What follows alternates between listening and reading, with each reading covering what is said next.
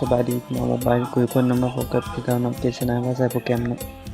การมื้อนี้สิมาแนะนำวิธีการสั่งโฆษณาแบบง่ายๆเนาะโดยที่เราบ่ต้องใช้โปรแกรมตัดต่อวิดีโอใดๆเนาะเพียงแต่เรามี PowerPoint เนาะก็สามารถตัดต่อวิดีโอแบบสวยงามได้เนาะคือในการโฆษณาสินค้าต่างๆเนาะอาจจะมีส่วนในการสั่งหลายๆเนาะเฮ็ดธุรกิจธุรกิจหนึ่งก็ต้องการโฆษณาเนาะซึ่งนี่ก็สิมาสอนวิธีการสั่งโฆษณาแบบใน PowerPoint เนาะ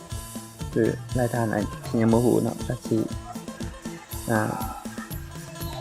มาแนะนำเนาะก่อนอื่นเนาะเข้าไปที่ PowerPoint เนาะเปิด PowerPoint ขึ้นมาก่อนเนาะล้างเนาะครับ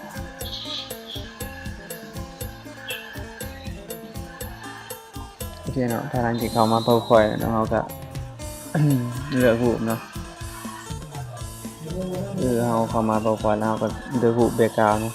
ที่นู่นว่าเราบ่อยากเอารูปภาพขาวๆสิเนาะเราก็สามารถโหลดเอาแบ็คกราวด์เข้ามาได้เนาะคือแนะนำนะแบ็คกราวด์นี่ขอแนะนำให้เป็นรูปภาพที่เป็นนามสกุลเนาะนามสกุลของ PNG เนาะซึ่งมันจะเป็นพื้นหลังที่กลมกลืนกับหน้านี่ของเราเนาะหน้าแบ็คกราวด์ใน PowerPoint เนาะเดี๋ยวสิเอาตัวอย่างมาให้เบิ่งเนาะก่อนอื่นเนาะเข้าไปเลือกรูปเนาะคือรูปของเราได้โหลดมาแล้วเนาะคือว่าอยู่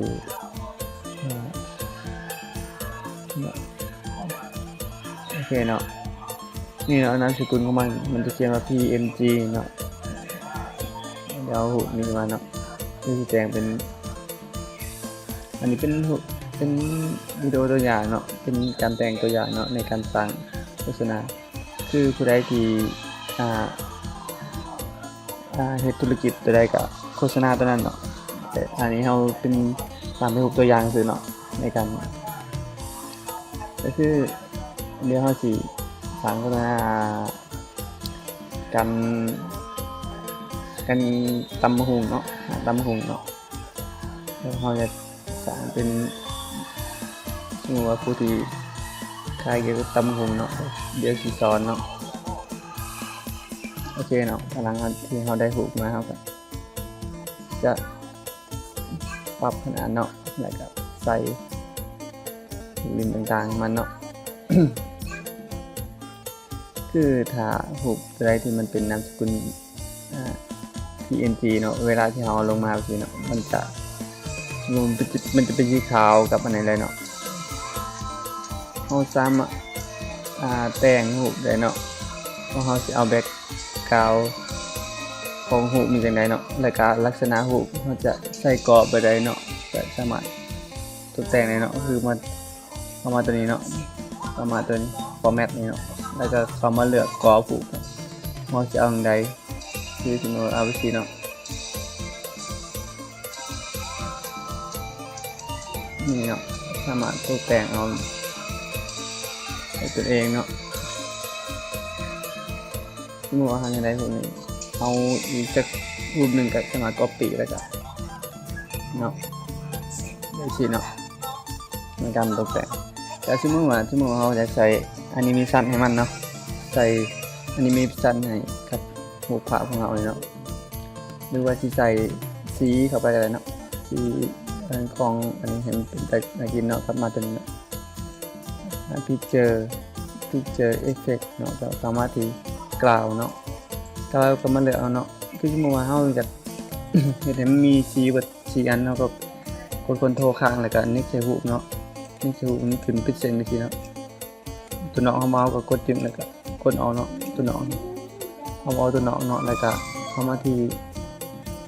picture effect เนาะแล้วก็เข้ามาเลือกตัวนี้เนาะ นี่เนาะจะใส่ไปเนาะเราสามารถตกแต่งได้เนาะว่าสิเอาไว้ได้สมมุติว่าเราอยากเอารูปเข้ามาประกอบก็ได้เนาะสมมุติว่าผู้ที่เป็นแบรนด์ของแต่ละคนเนาะก็สามารถเอารูปตัวเองมาประกอบแบบอันนี้เดี๋ยวจะเอารูปเข้ามาเป็นตัวอย่างเนาะ คือรูปภาพเจ้าเองเนาะนี่นะ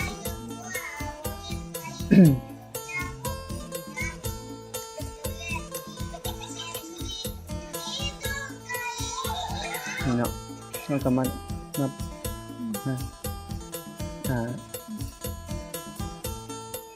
แต่งใส่เนาะว่าเขาสิ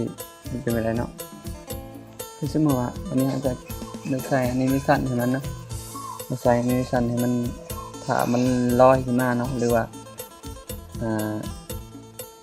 นี่ไม่ได้ให้มันสโลว์ขึ้นมาเนาะมาแต่งเลยเมื่อวานจะเขียนใส่เนาะเขียนใส่ข้างๆก็สามารถเขียนข้อความใส่ได้เนาะก็คือเอามาที่ตัวนี้เนาะinsert แล้วก็เอามาที่ text เนาะ text box เนาะ next เนาะ next นี่มันก็สิบล็อกขึ้นมาให้เราสามารถเคลื่อนที่ของมันไปได้เนาะนี่เราเขียนใส่เนาะที่เราสิบ่เอากล่องอันนี้เนาะบ่เอากล่องตัวนี้เพราะว่ามันสิมาทับกับหูของมันเนาะสีมันเอาก็ได้เนาะมีแต่เอามาแต่งเอาก็ได้เนาะก็สิมาว่า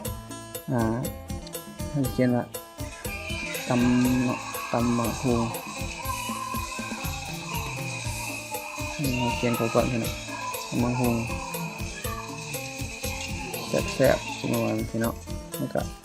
สามารถตกแต่งฟอนต์ของตัวหนังสือได้เนาะเพราะว่าเขาเอาฟอนต์มาได้เนาะ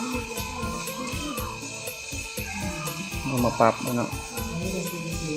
แล้วก็ปรับขนาดขึ้นเนาะก็สามารถตกแต่งในเราว่าเช่าตัวหนังสือไปได้เนาะในการสมมติว่าไม่ซื้อเนาะเราก็ใส่สีของตัวหนังสืออะไรเนาะกาวเนาะอะไรใส่เนาะเราจะใหญ่ในอะไรเนาะนี่ใส่ตัวหนังสือวันนี้เราจะ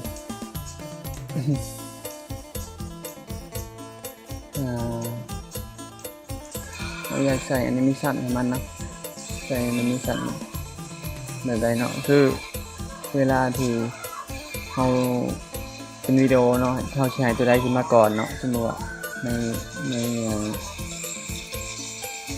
ในหูของเราเนาะว่าจะให้ตัวใดมันขึ้นมาโชว์ของกับ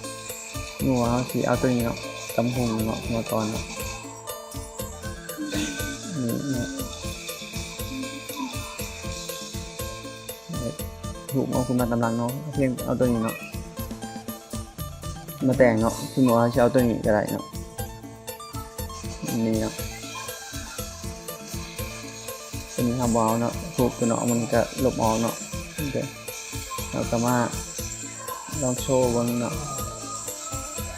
คือตัวนี้หนูว่านี่เนาะจะเป็นลักษณะที่โชว์มาเอาไว้สิจริงๆเราจะใส่เอฟเฟกต์เห็นตัวนี้เนาะ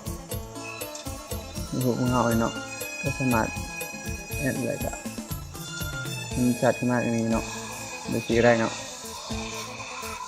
คือตัวนี้เขาสีเลือกได้เนาะว่าอยากให้หูนี้มันขึ้นมาอย่างไรเนาะเขาใช้ขึ้นมาตั้งแจบอหรือว่าสีแจสายแจครัวเนาะหรือว่าสีลงมาแต่เชิงอะไรเนาะเชิงแจนี่หรือว่าลงมาเชิงอะไรก็ได้เนาะนี่เขาจะเอามาแต่แจเนาะดูสิเนาะแล้วก็นี่เนาะเอากลับมาเลือกเอาเนาะว่าจะเอาไปได้ซึ่งเอาไปทีเนาะเราก็สามารถเลือกได้เนาะเอาขึ้นมาไปได้นี่เนาะการตกแต่งเราก็แล้วแต่ไอเดียของเราเนาะว่าสิแล้วแต่แบรนด์ของเราเนาะว่าเขาสิเอาแบบใดในการโฆษณาเนาะก็คือโปรแกรมเอาไว้ก็สามารถตกแต่งวิดีโอเนาะขึ้นมาเป็นโฆษณาของตัวเองได้เนาะคือสมมติว่าเราตกแต่งแล้วบนเนาะวันนี้เราสามารถจะเอาเสียงเนาะเสียงดนตรีหรือว่าเสียงเอฟเฟกต์เนาะเข้ามาประกอบเลยเนาะคือเข้าไปตัวนี้เนาะเข้าไปที่ insert เนาะ insert แล้วเข้ามาตัวนี้เนาะ audio เนาะ audio ก็คลิกเข้าไปเนาะแล้วก็ไปเลือกวิดีโอที่เราดาวน์โหลดเนาะหรือว่าเพลงก็ได้เนาะ แต่เดี๋ยวเราจะเอาเพลงที่เราดาวน์โหลดแล้วเนาะคือตัวนี้มันจะอะไรเลือกเพลงที่มีลิขสิทธิ์เนาะคือของเราอันนี้เนาะแล้วก็อินเสิร์ตเข้ามาเนาะมันก็จะได้มีเสียงเนาะกับวิดีโอเนาะสามารถได้แต่ทานเนาะเอาเสียงไว้เนาะในการมาใส่เนาะได้แต่เสียงเพลงแต่ละคนเนาะผู้ใดที่มักอะไรก็สามารถดาวน์โหลดเนาะดาวน์โหลดมาใส่ได้เนาะคือหลีกเลี่ยงจากเพลงที่มีลิขสิทธิ์เนาะเลือกโหลดที่เพลงที่บ่มีลิขสิทธิ์กับเสียงต่างๆก็ได้เนาะเสียงเอฟเฟกต์ต่างๆเนาะก็สามารถเอามาประกอบในรูปของเราเลยเนาะในรูปวิดีโอของเราได้ก็สมมติว่าเราเฮ็ดแล้วเนาะตกแต่งรูปภาพสมบูรณ์แล้วเนาะคือสามารถลินได้เนาะลินอันนี้มีสั้นได้เนาะก็คือมาตัวนี้เนาะมาตัวนี้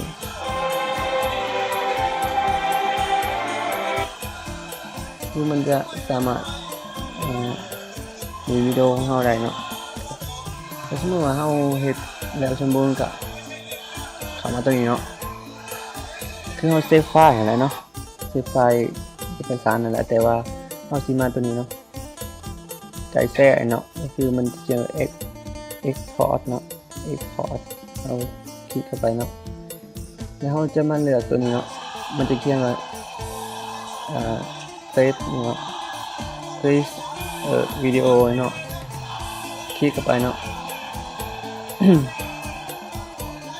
เดี๋ยวเนาะเข้ามาเนาะหรือว่าเข้ามาตัวนี้เลยเข้ามาที่ export เนาะเข้ามาวิดีโอเนาะซึ่งเราจะสามารถ กำหนดเนาะกำหนดเวลาที่มันลินเนาะคือเขาบ่ให้เกิน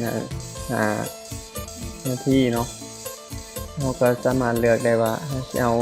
วิดีโอของเราสำใดเนาะคือเราจะเอาเลือก1920เนาะคือเป็นวิดีโอที่อะไรHDเนาะแบบภาพคมชัดออกมาสวยงามเนาะหลังจากนั้นก็คลิกตัวนี้เนาะเลสวิดีโอเนาะแล้วเราก็เลือกช่องที่เราจะบันทึกเนาะว่าเราจะบันทึกไว้อยู่ไสเนาะเดี๋ยวเราสิบันทึกอยู่ในเดสก์ท็อปเนาะเพียงแต่เซฟไปเนาะ